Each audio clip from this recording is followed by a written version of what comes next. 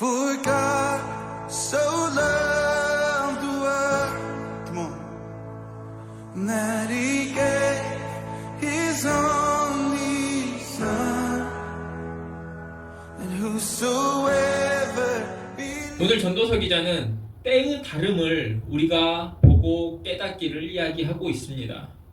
여러분은 어떤 날씨를 가장 좋아하십니까? 어떤 계절을 좋아하시는 분도 있고 특정 날씨를 좋아하시는 분도 있죠.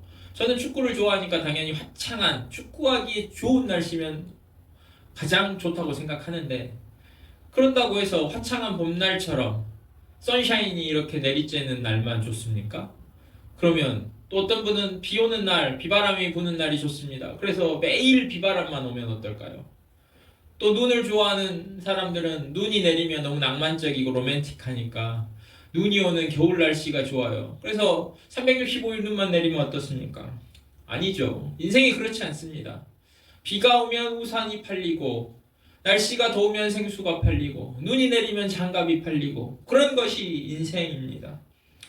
눈이 내리면 춥고 길이 미끄럽고 교통사고가 난다 그래서 눈은 다 사라져야 된다. 어떤 소설에서는 날씨를 통제합니다. 그래서 날씨를 통제해서 아침, 점심, 저녁, 밤까지 기온이 다 일정해. 예를 들면 22도 정도 날씨 기온을 딱 맞춰놔요. 그리고 다른 온도는 없습니다. 그렇게 하면 활동하기에는 굉장히 쾌적한, 늘 활동을 할 수 있는 상황이 되겠죠. 그러나 춥다는 개념을 우리가 상실해 버리는 거예요. 또 춥기 때문에 인간이 개발하는 그 수많은 제품들은 다 필요가 없고 그것을 개발하려고 노력할 필요도 없게 돼요. 그만큼 어떤 한 영역을 잃어버리는 것이죠.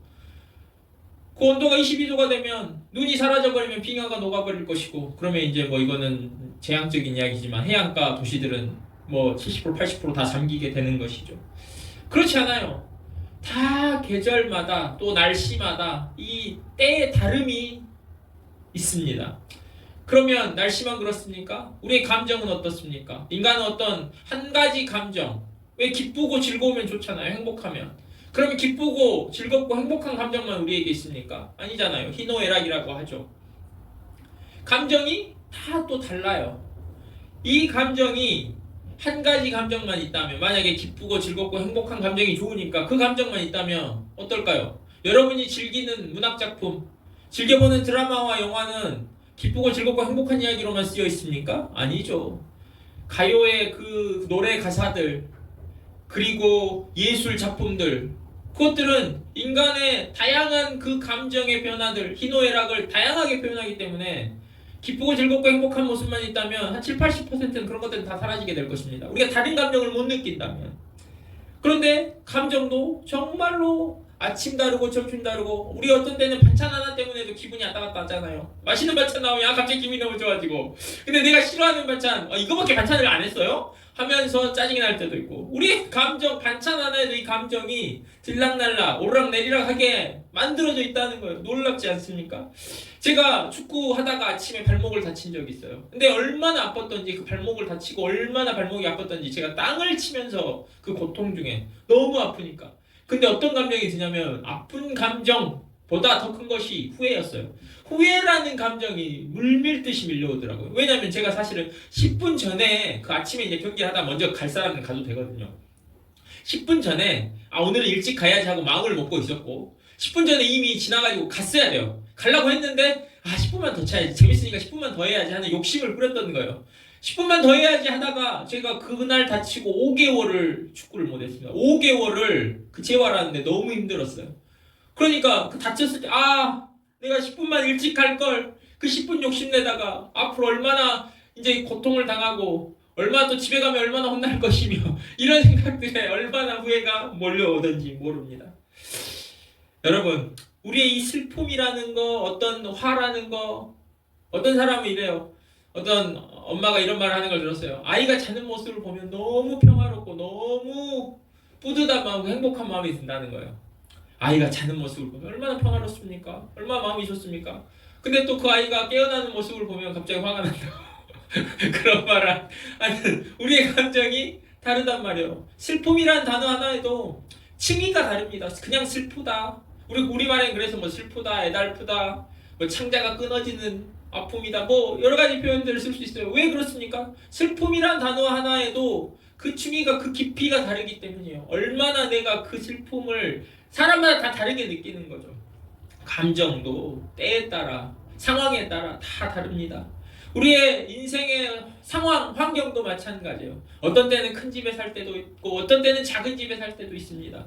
저도 월세 아주 작은 집, 그래서 임신하고 애를 낳았는데 첫째 애가 태어났는데 제가 나가 있는 동안에 이제 아내가 그 애를 보고 있는데 그 애를 이렇게 안고 있는데 침대에 있는데 그 쥐 한 마리가 이 방 한 칸짜리 방에 사는데 방 그 중앙에 와가지고 이렇게 쳐다보고 있더라는 거예요. 그래서 눈싸움을 했다고. 그때 얼마나 막 그 쥐가 이렇게 나오니까 얼마나 지금 애를 안고 이제 갓난아기를 안고 있는데 그랬겠어요. 그런데 살 때도 있습니다. 좋은 차 탈 때도 있고 아주 싸금싸금한 작은 차를 탈 때도 있습니다. 제가 예전에 비스토라는 빨간색 차를 탔어요. 그 차를 탈 때 뒷문 창문 하나가 이렇게 돌려서 그 창문을 올리는데 이 돌리는 게 끊어져 버렸어요. 그래가지고 이 창문을 어떻게 닫았냐면 정말로 이렇게 밀어서 닫았습니다. 밀어서 올려서 닫고 테이프로 마감을 해놓고 고칠 생각도 안 했어요. 어차피 차가 별로 좋지도 않은데 뭐 거기에 돈을 들여 하고 고치지 않았어요. 그리고 창문 반대쪽 창문 열리니까 반대쪽 창문 열려. 그래서 그 창문을 열면 안 됩니다. 그렇게 열지 말라고 했던 차. 그 차로 제가 고등부 전도사 할 때 신방을 다니고요. 그러면 그 차 타고 신방 간 다음에 애들이 전도사님 다음 주에 꼭 교회 올 거니까 오지 마세요. 그래서 저를 말렸던 기억이 있습니다. 그리고 수요 예배에 가면 저희들이 저하고 뭐 조카, 우리 애들하고 조카 애들 데리고 다 함께요. 이렇게 수요 예배 가면 그 작은 비스토 차에서 7명씩 막 내렸어요. 그러면 그 주차장에 계시던 권사님이나 장로님이 깜짝 놀라셨죠. 그런데 이제 중요한 것은 이 때의 다름 속에서 우리가 무엇을 느끼냐 하는 거예요. 우리가 무엇을 깨달아 가느냐 하는 거예요. 때의 다름은 우리에게 무엇을 줍니까? 우리에게 깊이라는 것을 줍니다. 깊이. 때가 다르기 때문에 때가 만약에 일정하다면 우리가 느끼지 못할 많은 것들을 느끼는 그 깊이를 줘요. 그래서 감정의 깊이를 주고요. 관점의 차이를 통해서 그 관점의 깊이를 갖게 돼요. 보는 눈의 안목의 깊이를 갖게 돼요. 여러분, 때가 다르기 때문에 우리에게 상상의 깊이가 있어요. 창의력의 깊이가 있어요. 그것처럼 때가 다른 것은 우리에게 깊이를 줍니다. 근데 우리가 신앙인으로서 이 전도서 기자가 말하는 것처럼 이 때의 다름을 통해서 우리가 정말로 느껴야 되고 알아야 되는 깊이는 뭐냐면 신앙의 깊이입니다. 하나님은 이 때의 다름을 통해서 우리에게 신앙의 깊이를 깨닫게 하세요. 여러분 생각해 보십시오. 왜 전능하신 하나님, 우리가 전능하다고 하는 그 Almighty God이 모든 것을 하실 수 있는 분이 우리를 사랑하신다면 우리에게 좋은 것만, 기쁜 순간만, 우리에게 행복한 순간만을 제공하지 못하십니까? 최고의 환경으로 우리를 사랑하시니까 최고의 환경으로 우리를 인도하실 수 있죠. 좋은 순간만을 우리에게 기쁘고 행복한 때, 성공하는 때만 주실 수 없습니까? 주실 수 없으셔서 우리가 힘듭니까? 저는 전능하신 하나님이라는 그 말 속에는 그분이 그렇게 하실 수 있다고 생각해요. 우리에게 성공하는 때, 행복하는 때만 주실 수 있어요. 그런데 중요한 것은 우리에게 그러한 때만 있다면 그러면 우리가 주님을 더 의지할까요? 주님을 더 사랑할까요? 오늘 11절에 말하는 현재가 그렇게 좋으면 현재면 만족할 거 아닙니까? 그렇다면 우리가 영원을 사모하는 마음, 11절에서 말하는 그 영원을 사모하는 마음을 갖게 될까요? 아니라는 거예요. 이 때의 다름 속에는 하나님의 그 창조의 능력이 들어가 있는 거죠. 그 하나님이 창조하실 때 일률적으로 그냥 모든 것을 똑같지 않게 하는 그 다양성을, 하나님의 그 성품이며 하나님의 그 전능하신 능력이 그 때의 다름 속에 들어가 있어요. 이 말이 중요합니다. 때의 다름 속에서 우리가 만약 이런 질문, 하나님 어디 계십니까?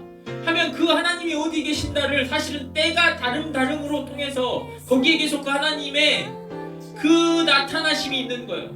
그 하나님이 계시는 것들이 이 때의 다름을 통해서 계속해서 펼쳐지고 있는 겁니다. 우리가 신앙의 눈을 조금만 높여서 보면 우리 인생에 이런 때를 주시고 우리 세상에 이런 때를 주신 것이 그 가운데 그게 하나님이 하시기 때문에 그 하나님의 나타나심이 있는 거예요. 하나님의 역사하심이 있는 거예요. 저는 사랑하는 성도님들이 그 내 인생의 때의 다름을 통해서 이 전도서 기자가 말하고 있는 많은 울 때가 있고 웃을 때가 있고 슬퍼할 때고 춤출 때가 있고 그 하는 많은 다른 때들을 통해서 그 하나님의 나타나심을 묵상해보고 깨달아가는 삶들이 되기를 소망합니다. 하나님의 나타나심은 성경책에 기록되어 있습니다. 하나님이 이렇게 나타나셨다, 하나님이 이렇게 임재하셨다, 하나님이 이렇게 역사하셨다는 것을 이 성경이 기록하고 있는데, 하나님은 동일한 방법으로, 한 가지 방법으로만 나타나시고 역사하셨습니까? 아니라는 거. 이 성경에는 하나님이 얼마나 다르게 때마다, 시간마다, 장소마다, 그 역사마다 어떻게 역사하셨는지를 기록하고 있죠. 여러분, 요나 선지자를 하나님이 만나주실 때는 요나에게 어떻게 역사하셨습니까? 큰 물고기를 통해서 역사하셨습니다. 에스겔 선지자가 있습니다. 에스겔 선지자에게는 하나님이 어떻게 역사하셨습니까? 에스겔 선지자가 이스라엘 백성에게 가서 막 말씀을 전했는데 이스라엘 백성들이 귀뚱으로도 안 들었어요. 그러니까 실망하고 낙담하고 이스라엘 백성을 볼 때 에스겔 선지자가 저들은 하나님 말씀에 반응하지 않는 죽은 자들과 같습니다. 죽은 자들과 같은 자들에게 제가 또 계속해서 말한다고 뭐가 달라집니까? 이런 마음을 품었을 때 마른 뼈 환상을 보여주셨습니다. 마른 뼈들이 딱 환상 중에 보여요. 이 뼈가 살았느냐 죽었느냐 말하기가 어렵죠. 하나님이 지금 물어보는데. 그랬더니 그 마른 뼈들이 어떻게 해요? 슥슥슥슥 막 이렇게 일어나면서 막 움직이더니 서로 막 합체되고, 그리고 이 마른 뼈에 살들이 붙으면서 생기가 불어넣어지니까 이 마른 뼈가 하나가 아니라 수많은 마른 뼈들이 가득 찼는데, 그 마른 뼈들이 엄청난 군대를 이루게 되는 걸 보여주세요. 그러면서 이 마른 뼈들이 살았느냐 죽었느냐 물어보면 뭐라 하겠어요? 하나님은 마른 뼈를 통해서 역사하셨어요. 여호수아는 어땠습니까? 여호수아에게도 마른 뼈를 통해서 역사하셨습니까? 아니죠. 여리고성이라는 그 견고한 성을 통해서, 그 견고한 성이 나팔을 불고 했을 때 무너지는 그것을 또 통해서 하나님 역사하셨습니다. 모세에게는 불꽃 떨기나무 속에서 하나님의 음성을 통해서 역사하셨습니다. 이 성경책에는 그 하나님이 얼마나 다양하게 때에 따라, 상황에 따라 다르게 역사하심을, 나타나심을 보여주고 있습니다. 때의 다름은 우리가 그 때때마다 그 곳곳에 숨어있는 하나님의 은혜들을 발견해 가면서 사는 삶을 우리에게 줄 수 있습니다. 때가 달라서 우리가 그 하나님이 이번에는 이렇게 역사하시고 또 이번에는 이렇게 역사하시고 하는 것들을 보고 거기에 감탄할 수 있는 인생이 된다면 얼마나 축복이겠습니까?